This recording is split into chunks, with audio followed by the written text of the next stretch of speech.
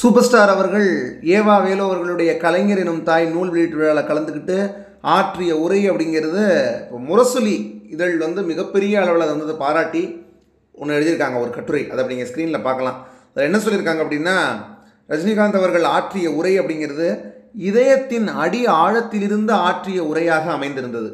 முத்தமிழறிஞர் தலைவர் கலைஞர், மாண்புமிகு முதலமைச்சர் மு.க. ஸ்டாலின் அவர்கள் இருவரையும் மிகப்பெரிய ஆளுமைகளாக வியந்து பேசினார் ரஜினிகாந்த் அவர்கள்.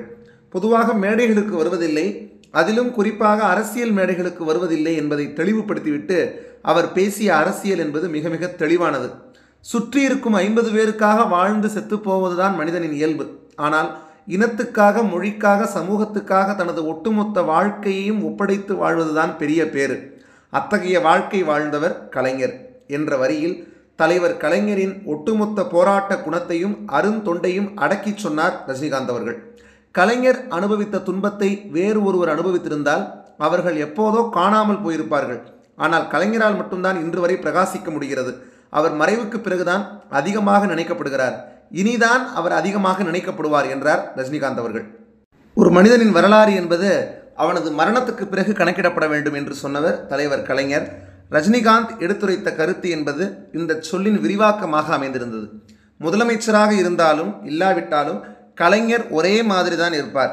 வீட்டு வாசலில் அதிகமாக போலீஸ் இருந்தால் அவர் முதலமைச்சராக இருக்கிறார் என்ற அர்த்தம், இல்லாவிட்டால் இல்லை என்ற அர்த்தம். அவரை சந்திக்கும் போது அதில் எந்த வேறுபாட்டையும் பார்க்க முடியாது என்றார் ரஜினி. இப்படி இந்த முரசொலி இதழில் சூப்பர் ஸ்டாருடைய பேச்சை குறித்து இன்னும் ரொம்ப சுவாரஸ்யமான விஷயங்கள் எல்லாம் சொல்லியிருக்காங்க. இது பார்த்திங்கன்னா, இந்த நிகழ்வு நடந்து 2 நாட்களுக்கு பிறகு இவங்க வெளியிட்டிருக்கிற ஒரு செய்தி தொகுப்பு. இந்த நிகழ்வு நடந்த அடுத்த நாளே ஒரு செய்தி தொகுப்பு வெளியிட்டாங்க. இப்போ 2வது முறையாகவும் இதை வெளியிட்டிருக்காங்க. அப்படின்னா எந்த அளவுக்கு திமுகவில் இருக்கக்கூடிய எல்லாருமே ரஜினிகாந்த் அவர்களுடைய இந்த பேச்சை முழுமையாக ஏற்றுக்கிட்டு இருக்காங்க அப்படிங்கிறத நம்ம இதில் புரிஞ்சுக்க முடியுது. உண்மையாகவே ரஜினிகாந்த் அவர்களுடைய அந்த ஒரு சிறப்பு என்னென்னா, அரசியலில் ரஜினி அவர்கள் இல்லாட்டியுமே கூட ஒரு கட்சியில், அதுவும் ஒரு ஆளுங்கட்சி உள்ளே நடக்கிற விஷயங்கள் என்னென்னங்கிறத கூட தெரிஞ்சு வச்சுக்கிட்டு அதுக்கு ஏற்ற மாதிரி அவங்களுடைய விழாவில் அங்கேயே போய் அவங்களையே அப்படியே ஜாலியாக கலாய்ச்சி அதுக்குள்ளேயே ஒரு சேஞ்சை கொண்டு வர்ற அளவுக்கு, ஒரு விவாதத்தை கிளப்பக்கூடிய அளவுக்கு ரஜினிகாந்த் அவர்கள் பேசியிருக்காரு. அப்படின்னா இதுதான் சூப்பர் ஸ்டார். வேறு யாராலையுமே இப்படி ஒரு சம்பவத்தை பண்ண முடியாது. நிச்சயமாகவே ரஜினிகாந்த் அவர்கள் தரமான ஒரு சம்பவத்தை பண்ணியிருக்காரு. அது முரசொலி இதழில் திரும்ப திரும்ப செய்தியாக வெளியிடுற அளவுக்கு. அதேமாதிரி திமுக சேனல்ஸ், சன் டிவியாக இருக்கட்டும், சன் நியூஸாக இருக்கட்டும், கலைஞர் செய்திகளாக இருக்கட்டும், இந்த திமுக சார்ந்த சேனல்ஸுமே கூட திரும்ப திரும்ப ரஜினிகாந்த் அவர்களுடைய அந்த பேச்சை ஒளிபரப்பிட்டே இருக்காங்க டிவியில்.